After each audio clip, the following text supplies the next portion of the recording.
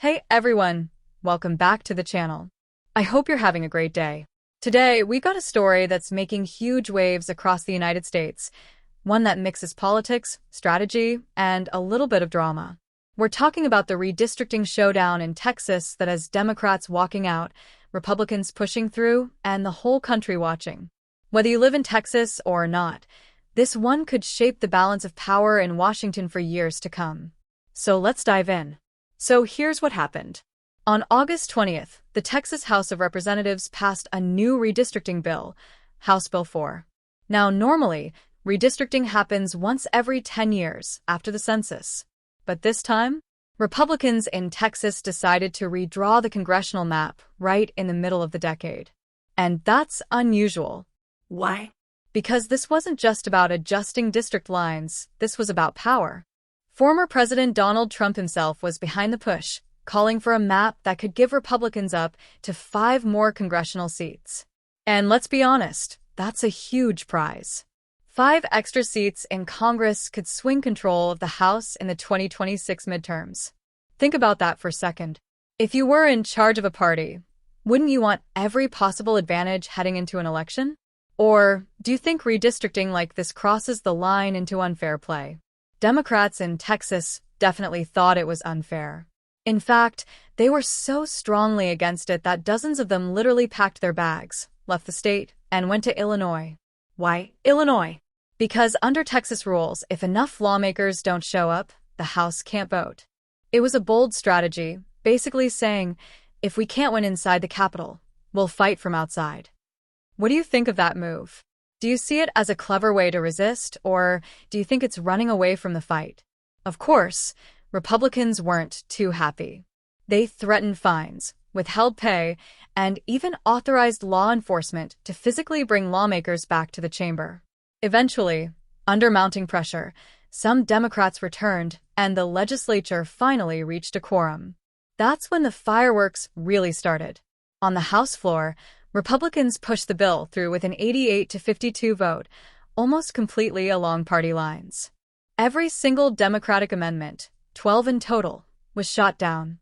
These amendments included ideas like delaying the map's implementation or making changes to protect minority voting rights. None of them even got traction. Do you think lawmakers should at least compromise in moments like these, or is politics today just too divided for that to happen? Republican leaders defended the map. Representative Todd Hunter argued that redistricting can happen at any time, not just after the census. He also pointed out that 4 of the 5 new districts were Hispanic majority, suggesting this was actually giving representation to growing populations. But Democrats pushed back, calling it a racist gerrymander, saying it manipulates district lines to weaken the power of minority communities and benefits one party almost exclusively. So, who's right? Is this about fair representation, or is it just about grabbing more seats? That's the big question at the heart of this fight. Now, here's where it gets even more interesting. The Texas House has passed the bill, but it still needs to go through the state Senate. And since the Senate is also Republican-controlled, most people expect it to sail through quickly. Governor Greg Abbott has already signaled support, so unless something unexpected happens, this new map will soon be law. But Democrats aren't done. They're preparing lawsuits, arguing the map violates the Voting Rights Act.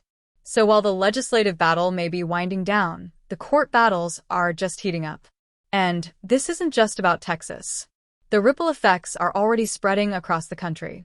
In California, Democratic leaders, backed by former President Barack Obama, are pushing for their own redistricting moves that could give Democrats 5 more seats. It's like a political arms race. Texas gives Republicans 5, California gives Democrats 5, and suddenly both sides are trying to outmaneuver each other.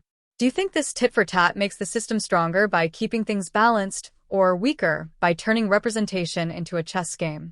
Trump, for his part, celebrated the Texas vote on social media, calling it a big win. And in a way, it is for his strategy. But not everyone's on board.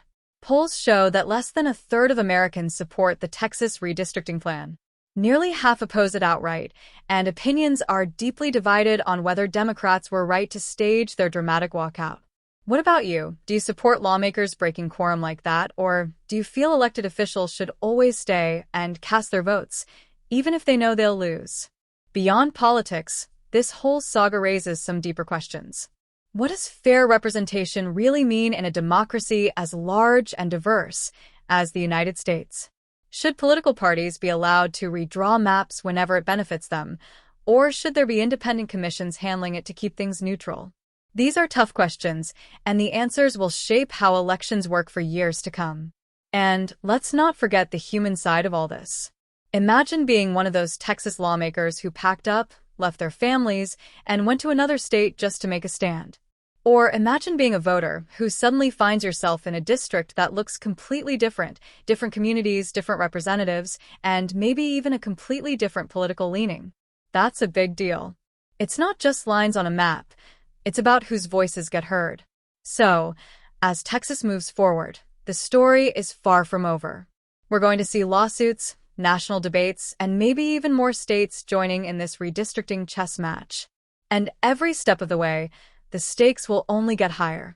What do you think? Is Texas setting a dangerous precedent here, or are they simply playing the same game Democrats would play if they had the chance? I'd love to hear your thoughts in the comments, because this is one of those stories where every perspective matters. That's going to wrap it up for today's video. Thanks so much for hanging out with me and breaking this down. If you found this interesting, don't forget to hit that like button, share this video with a friend, and of course, subscribe if you haven't already. We've got more deep dives into the stories shaping politics and society coming your way, and I'd love for you to be part of the conversation. Take care, stay curious, and I'll see you in the next one.